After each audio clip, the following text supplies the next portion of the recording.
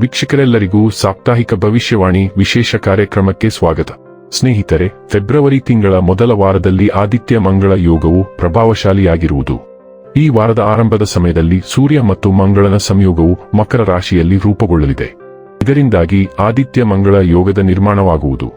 ಜ್ಯೋತಿಷ್ಯ ಶಾಸ್ತ್ರದಲ್ಲಿ ಆದಿತ್ಯ ಮಂಗಳ ಯೋಗವನ್ನು ಬಹಳ ಲಾಭದಾಯಕ ಎಂದು ಹೇಳಲಾಗುತ್ತದೆ. ಶಾಸ್ತ್ರದಲ್ಲಿ ಹೇಳುವ ಪ್ರಕಾರ ಆದಿತ್ಯ ಮಂಗಳ ಯೋಗವು ಬಹಳ ಪ್ರಭಾವಶಾಲಿಯಾಗಿರುವುದು.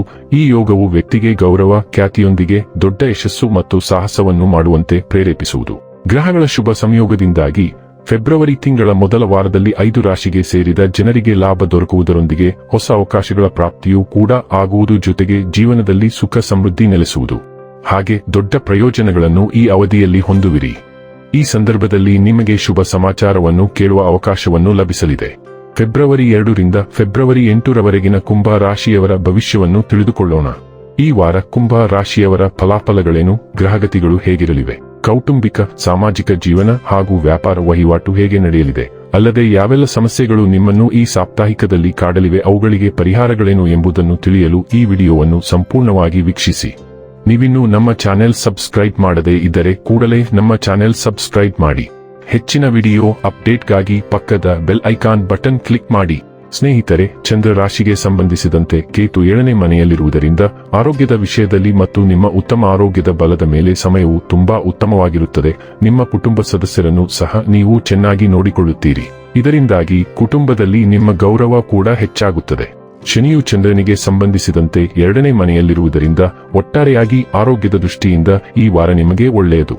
ಈ ವಾರ ನಿಮ್ಮ ಮುಂದೆ ಬಂದ ಎಲ್ಲಾ ಯೋಜನೆಗಳಲ್ಲಿ ಹೂಡಿಕೆ ಮಾಡುವ ಮೊದಲು ನೀವು 2 ಬಾರಿ ಯೋಚಿಸುವ ಅಗತ್ಯವಿದೆ. ಏಕೆಂದರೆ ಮುಂಭಾಗದಿಂದ ಬರುವ ಅವಕಾಶದ ಹಿಂದೆ ಸಂಭಾವ್ಯ ಪಿತೂರಿ ಇರುವ ಸಾಧ್ಯತೆ ಇದೆ. ಭವಿಷ್ಯದಲ್ಲಿ ಇದನ್ನು ನೀವು ಭರಿಸಬೇಕಾಗುತ್ತದೆ. ಈ ವಾರ ಮನೆ, ಕುಟುಂಬದಲ್ಲಿ ನೀವು ನಿಮ್ಮ ತಿಳುವಳಿಕೆಯಿಂದ ಸಾಮರಸ್ಯವನ್ನು ಸ್ಥಾಪಿಸುವಲ್ಲಿ ಯಶಸ್ವಿಯಾಗುತ್ತೀರಿ.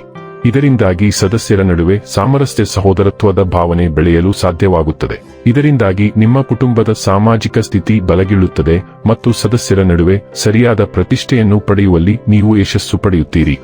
ಈ ವಾರದಲ್ಲಿ ನಿಮ್ಮ ಒಡಹುಟ್ಟಿದವರು, ಸ್ನೇಹಿತರು, ಸಂಬಂಧಿಕರು ಮತ್ತು ಸಹೋದ್ಯೋಗಿಗಳೊಂದಿಗಿನ ನಿಮ್ಮ ಸಂಬಂಧದಲ್ಲಿ ಕೆಲವು ಸಂಘರ್ಷದ ಪರಿಸ್ಥಿತಿಗಳು ಉಂಟಾಗುವ ಸಾಧ್ಯತೆಯನ್ನು ಈ ವಾರ ಗ್ರಹಗಳ ಸ್ಥಾನವು ಸೂಚಿಸುತ್ತದೆ. ಇದರ ಪರಿಣಾಮವು ನಿಮ್ಮ ಮನಸ್ಸಿನಲ್ಲಿ ನಕಾರಾತ್ಮಕತೆಯನ್ನು ತರುತ್ತದೆ ಮತ್ತು ವೃತ್ತಿಜೀವನದಲ್ಲಿ ಮುನ್ನಡೆಯಲು ಯಾವುದೇ ಯೋಜನೆಯನ್ನು ಯೋಚಿಸುವಲ್ಲಿ ನೀವು ವಿಫಲರಾಗುತ್ತೀರಿ. ಈ ವಾರ ಶಿಕ್ಷಣದಿಂದಾಗಿ ಮನೆಯಿಂದ ದೂರ ವಾಸಿಸುತ್ತಿರುವ ವಿದ್ಯಾರ್ಥಿಗಳು ಪಾತ್ರೆಗಳನ್ನು ತೊಳೆಯುವುದು ಮತ್ತು ಬಟ್ಟೆ ಒಗೆಯುವಂತಹ ಮುಂತಾದ ಮನೆ ಕೆಲಸಗಳಲ್ಲಿ ಕಳೆಯಬೇಕಾಗುತ್ತದೆ. ಇದರಿಂದಾಗಿ ಅವರಿಗೆ ಸ್ವಲ್ಪ ತೊಂದರೆಯಾಗಬಹುದು. ಅಂತಹ ಪರಿಸ್ಥಿತಿಯಲ್ಲಿ ನಿಮ್ಮ ವಾರವನ್ನು ಉತ್ತಮವಾಗಿ ಬಳಸಲು ಯೋಜಿಸುವುದು ನಿಮಗೆ ಸೂಕ್ತವಾಗಿರುತ್ತದೆ. ಈ ತಿಂಗಳ ಮೊದಲ ವಿಶ್ವಘಟನೆ ಸಿಂಹ ರಾಶಿಯಲ್ಲಿ ಹುಣ್ಣಿಮೆಯಾಗಲಿದ್ದು, ಇದು ಸಂಬಂಧಗಳಲ್ಲಿ ಅಂತ್ಯಗಳನ್ನು ಅಥವಾ ಪ್ರಮುಖ ಘಟನೆಗಳನ್ನು ತರುತ್ತದೆ. ನಡೆಯುತ್ತಿರುವ ಸಂಬಂಧದ ಸಮಸ್ಯೆಗಳಲ್ಲಿ ಸಮಸ್ಯೆ ಪರಿಹಾರ ಅವಧಿಗಳು ಇರುತ್ತವೆ. ಆದ್ದರಿಂದ ಇದು ಉತ್ತಮ ಸಾಗಣೆಯಾಗಿದೆ. ಇದು ವ್ಯಾಪಾರ ಪಾಲುದಾರಿಕೆಯಲ್ಲಿ ಮರುಮೌಲ್ಯಮಾಪನಕ್ಕೆ ಸಹ ಸಮಯ. ಆದ್ದರಿಂದ ನೀವು ಮರು ಮಾತುಕತೆಯಂತಹ ಘಟನೆಗಳನ್ನು ನಿರೀಕ್ಷಿಸಬಹುದು ಅಥವಾ ಪರಿಪೂರ್ಣ ಸಮತೋಲನದ ಅಗತ್ಯವಿರುವ ಪ್ರಾಯೋಗಿಕ ಹೊಂದಾಣಿಕೆಗಳ ಬಗ್ಗೆ ನೀವು ಯೋಚಿಸುವಿರಿ. ನೀವು ಸಾಮಾಜಿಕ ಕೂಟಗಳಿಗೆ ಸಹ ಹಾಜರಾಗುತ್ತೀರಿ. ಇದು ನಿಮ್ಮ ಪ್ರತಿಭೆಯನ್ನು ದೊಡ್ಡ ಸಮುದಾಯಕ್ಕೆ ಪ್ರದರ್ಶಿಸಬಹುದು. ಒಂಟಿ ಕುಂಭ ರಾಶಿಯ ಸ್ಥಳೀಯರು ವಿಶೇಷ ವ್ಯಕ್ತಿಯನ್ನು ಹುಡುಕಲು ಹತ್ತಿರದ ಅವಕಾಶವನ್ನು ಹೊಂದಿರುತ್ತಾರೆ. ನಿಮ್ಮ ಸಂಗಾತಿಯ ಅಗತ್ಯಕ್ಕೆ ನೀವು ತುಂಬಾ ಸಂವೇದನಾಶೀಲರಾಗಿರುತ್ತೀರಿ. ಸೂರ್ಯ, ಮಂಗಳ, ಬುಧ ಮತ್ತು ಶುಕ್ರ ಗ್ರಹಗಳು ಮೊದಲ ಮನೆಯ ಮೂಲಕ ಚಲಿಸುತ್ತಿದ್ದು, ಇದು ನಿಮಗೆ ಸೌರಶಕ್ತಿಯ ಮರಳುವ ಸಮಯ. ಇದು ನಿಮ್ಮನ್ನು ನವೀಕರಿಸಿಕೊಳ್ಳುವ ಸಮಯ. ಆದ್ದರಿಂದ ನೀವು ಮೇಕ್ ಓವರ್ಗೆ ಹೋಗುತ್ತೀರಿ ಅಥವಾ ನೀವು ಹೊಸ ಉಡುಪುಗಳನ್ನು ಅಥವಾ ಹೊಸ ಹೇರ್ ಕಟ್ ಅನ್ನು ಸಹ ಖರೀದಿಸುತ್ತೀರಿ. ದೋಷಗಳು ಸಹ ಸಂಚಾರದ ಭಾಗವಾಗಿರುವುದರಿಂದ ನಿಮಗೆ ಸಣ್ಣ ಪುಟ್ಟ ಆರೋಗ್ಯ ಸಮಸ್ಯೆಗಳಿರುತ್ತವೆ. ಆದರೆ ಈ ಸಂಚಾರದ ನಂತರ ಅವು ಮಾಯವಾಗುತ್ತವೆ.